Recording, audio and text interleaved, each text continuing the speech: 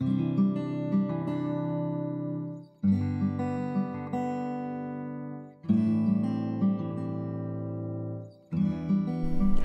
guys, welcome to this new episode of Inspirations. I'm Christelle, I'm a knitter and an indie dyer, and if it's your first time, thank you so much. There's a new podcast every Monday, there's a newsletter sent out every Monday.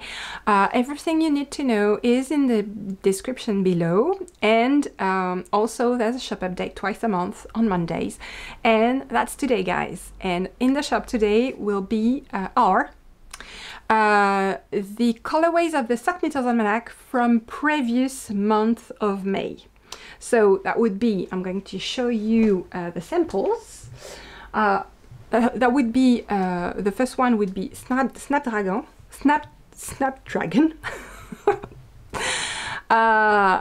Note that this one is a bit muted compared to what it looks like now, what I'm dyeing nowadays, because this dates back to May 2021. I think I've evolved as a dyer, like a bit more funky maybe, a bit more neon, and that colorway is more saturated now. Purples are more potent, pinks and oranges are more vibrant, okay, but that gives you an idea. Then in 2022 it was Fawn and Flowers. This is that colorway. Okay, 2023 Street Art, which is one of my absolute favorite, and Urban Legend. I only have crochet for this one, but I can show you the yarn in the bowl, in the cake. And this year, you've seen those already if you've watched the podcast last week or the week before that. This is Sea of Stars. This is a colorway for May for this year, 2024, and Atomic Jellyfish, this one. And that's it, guys. Before I jump into the WIP archiving thing, I want to share with you this absolute banger of a shawl. This is done, guys. It's been long in the process. It's been a labor of love, but it's done, okay? This is the Wisdom of the Moon shawl by Liz Capric, I think. Again, details in the description box. You will find the link to the pattern. It's a free pattern on Ravelry. It's been a labor of love because stranded color work is really not natural for me. I still have to work a lot to achieve a result that I'm happy with. I also tried my hand to a new technique for this one. It's called ladderback jacquard, and it made all the difference. I'm very happy about this pattern. I'm very, into the phases of the moon, and so I'm very, and actually the colorways are called New Moon for the dark blue and Starlight for the light gray with speckles, and I think both are just fabulous together. You can't really see on the screen, but the Starlight colorway has little pops of neon color in yellow and pink, and it's absolutely gorgeous. I love that colorway so much. Very, very subtle and still, a bit. And well, I think I've shown you guys this last week, but just to show my progress, very slow progress on this. It's the Henslow by Beth Kling. This is new cast on. I think it's been a week. A little over a week that I started this, and it's for my booth for the fiber shows. I want to have something knitted out of a single skein of yarn, and the name of the colorway, thanks to Celine for reminding me that the name of this colorway that I dyed for my very first Barcelona knits 2.5 years ago, is Dream Flower. Okay, and now into the archiving thing. Okay, I think I've been talking about this quite a lot for the past 2 episodes because it's been such a delight to do this, because I'm actually very often suffering from castonitis. Okay, that means I love to cast on new projects. It's really hard for me to stick to a project and see it through the end. But I love to cast on. Okay, and I love to go with the flow when I feel very excited about a pattern. You know, you've got you itching to cast on and all, and I love that feeling so much. I mean, I love to cast on. I love to finish projects as well. What I love less, okay, what I don't love as much is being in the middle of a project and not seeing any real progress, okay? And because I like to work on several projects at the same time, when I'm at this stage on several projects, it's, I mean, it's horrible, because I'm very aware that when you are, splitting yourself in different little things like this, you are not making good progress on anything, okay?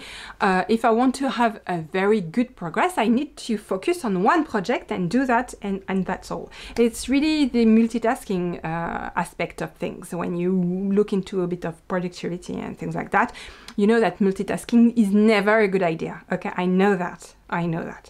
Anyway, one of my very favorite podcaster has been for a few years now, Taylor from the Wool Needles Hand Knitting podcast, okay?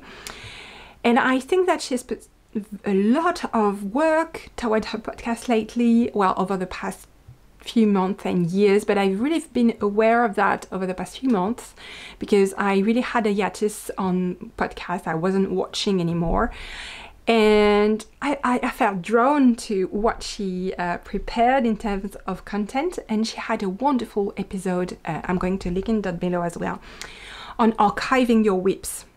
I was like, what is it going to give me more that I already have, with all my WIPs waiting for me and making me feel a bit guilty, you know, like in Stephanie Pearl McPhee story about her jealous project, leaving her notes because she started something else. I find that hilarious, and check this out if you don't know it. I think it's her very first book, Stephanie Pearl McPhee, the yarn harlot. She's great. Anyway, I kind of feel like this a bit, okay? Like my other projects are a bit like disappointed that I let them down. Some have been sitting in project bags for like literally years, and I don't want to frog them because I am convinced at some point I'm going to go through and finish them. That is another subject, okay? But I watched her podcast about archiving WIPs, and she has even that little template, very cute template that she put together on Canva, and it's absolutely the best, okay? And so it actually made sense what she said. What she said is that you prepare a PDF summary, really, with beautiful pictures of your WIPs that you are not planning to work on in the near future. And then you get back the project bags. You can even get back the needles, but you have to write everything down. You can put away the pattern and put in nondescript bags, for example, and store them in the same place. But you have this digital trace of what your works in progress are that have been archived. And the idea of that is really, really good. I think I did not do everything as she advised, because I thought I would take advantage of my notebook on Ravelry and archive my project there, putting them in this hibernating status. So that's what I've done. If you're curious, you can have a look. I have 27 hibernating projects, okay, and 5 active WIPs. I have to take the time because I have to fetch my kids from school. That's okay, we still have time. And so I did that. Well, she advised to do maybe 5 or 6, no more. I decided to go bold and do 27. It was a bit of a task. But I took beautiful, you know, flat layout photos of everything. I documented everything, needle size. I took pictures of the needle size. Well, I decided to keep the project bags and needles together to make, you know, picking up the project smoother. I made sure the patterns were all stored with the project, and then I put all my WIPs in the same place in my home so I don't have to look for them at some point. And I made sure to be very clear on where I was when I stopped, because this is, I think, the biggest thing when I'm not really being mindful about my WIPs. I'm just taking the needles because I need them. I'm just putting away the pattern. I just don't mark the spot I was in. And when I come back to them and try to pick them up, it's complete mayhem and I don't know where I'm at. I don't know which needle size I used. I mean, it's really, it was not very professional, okay? So this is all a thing of the past. Now it's very professional, it's very organized, and actually going through, you know, my hibernating projects on Ravelry very well with beautiful pictures and all has been like a pleasure. And I finished this Wisdom of the Moon shawl. I'm very proud of it. I know I'm just, you know, contemplating which WIP I'm going to get out of the bin to work on. And well, I still have this Henslow little one skin shawl Henslow to work on, and that's the beauty of the thing, because if you do it like Taylor suggests and you take back your needle, you take back your beautiful project bags, you actually can cast on new things without feeling guilty or without feeling, you know, I don't have any needles, I don't have any project bag left, and you don't have to worry about that. And that's the beauty of the things, because you're actually making more room for new cast-ons. And if at some point you decide to frog some of the projects, I mean, you can. Who is going to give you a hard time? Not me, not her, okay? We're on the same page, you and me, okay? I'm not judging. And if you are a monogamous knitter, know that I admire you from the bottom of my heart. But I'm absolutely not able to do that. I get bored too easily. It's horrible. I need to have at least, I think my bare minimum is 2. That's it. Anyway.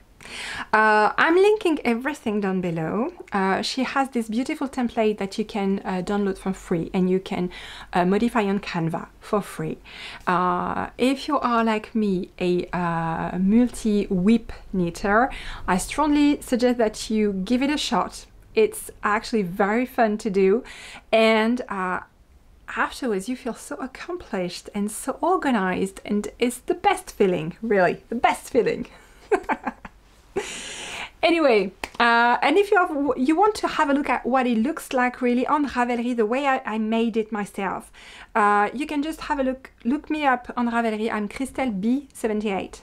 So I'm going to, again, link it down below. And you look for the Z projects, and all those are the one I archived, okay? Anyway, guys, I wish you a lovely week. I don't know where we're going to see each other again because I didn't look into that. Sorry about the prep. I'm going to put all the details in the newsletter anyway, and it will be either next week, but because I have a fiber show, it might be the week after that. It might be the week after that. Anyway, take care, happy knitting, and see you next time. Bye.